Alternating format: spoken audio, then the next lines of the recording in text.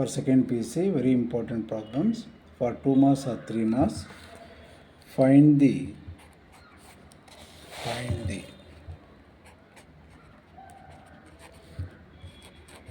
absolute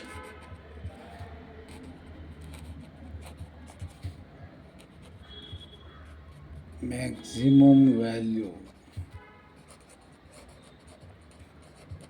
and absolute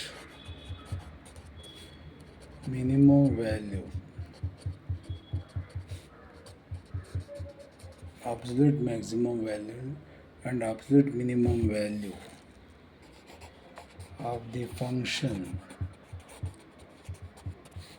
g of x or f of x sin x plus cos x.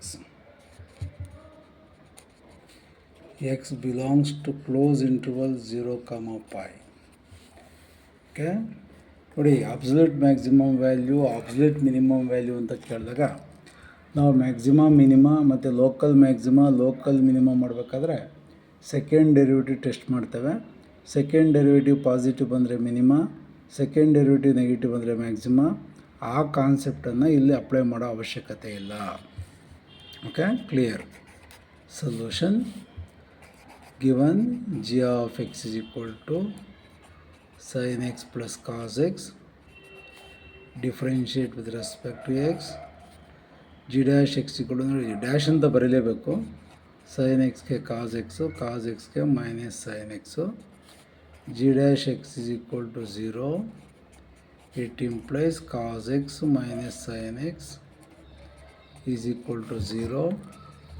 cos x is equal to sin x minus sin x right correct plus sin x is equal to 1 is equal to sin x by cos x, because cos x into 1 cos x ಹಂಗೆ ಬರುತ್ತೆ.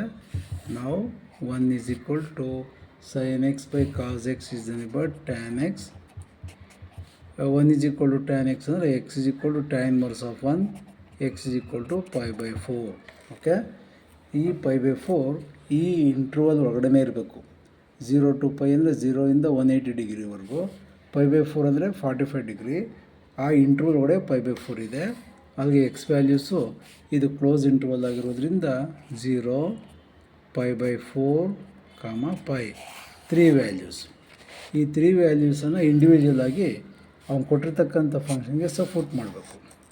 First x is equal to 0 in function g of 0 is equal to sin 0 plus cos 0. Sin 0 0, cos 0 1, we get 1.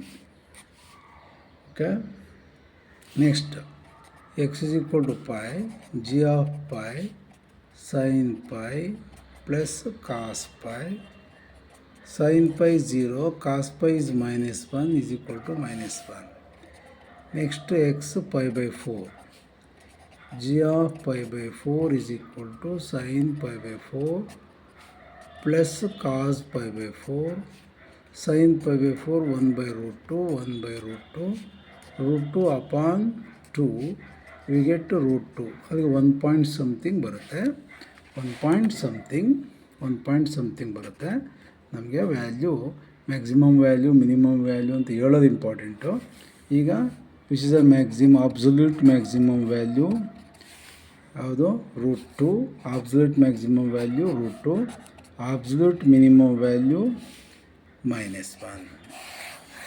Okay, ಈ ಥರ ಪ್ರಾಬ್ಲಮ್ಸನ್ನು ಮಾಡಬೇಕು. Next problem, again find the absolute maximum value and absolute minimum value of the function change ಮಾಡ್ಕೊತಾನೆ.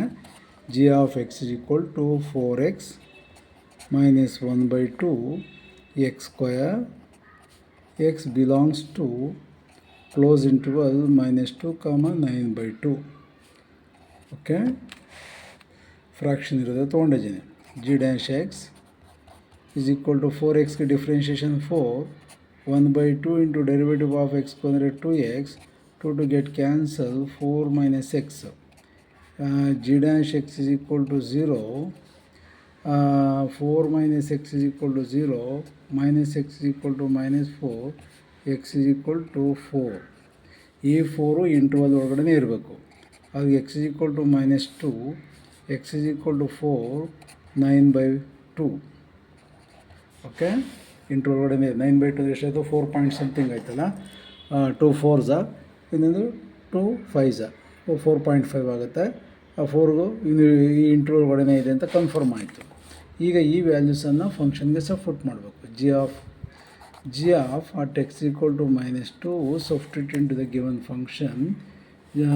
G of -2 is equal to 4 into ಈ ಫಂಕ್ಷನ್ಗೆ 4 into x value -2 -1/2 into -2 whole square -8 -1/2 into 4 -8, 2 1s 2 2s, ಅದು ಎಷ್ಟಾಯಿತು? 2 ಉಳೀತು, -10 ಆಯಿತು. -8 -2 -10. Clear? Okay. Next x is equal to -2 4 ಕೊಡ್ತೇನೆ. g of 4 is equal to 4 into 4 -1/2 into 4 square 16 -1/2 into 16, 8s, 16 minus 8 is equal to 8. 16 minus 8 is equal to 8. Next, x is equal to 9/2. G of 9/2 is equal to 4 into 9/2 minus 1/2 into x square. x square ಅಂದರೆ 81/4. 9/2 square ಮಾಡಿದ್ರೆ 81/4. 2 1s 2 2s 18 ಆಯಿತು. 9 2 18 minus 81 divided by 4 2s 8. 8 8 60 calculator use ಮಾಡಿ. 8 8 64 4 6 14 minus 81 divided by 8 144 4 3. Next 16/8. 8 7 66 something 7 point something ಬರುತ್ತೆ.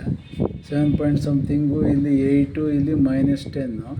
Maximum value, absolute maximum value is 8.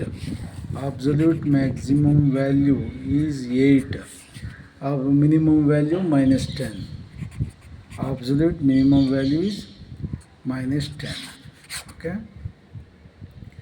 ಈ ಥರ ಪ್ರಾಬ್ಲಮ್ಸನ್ನು workout ಮಾಡಬೇಕು. Okay.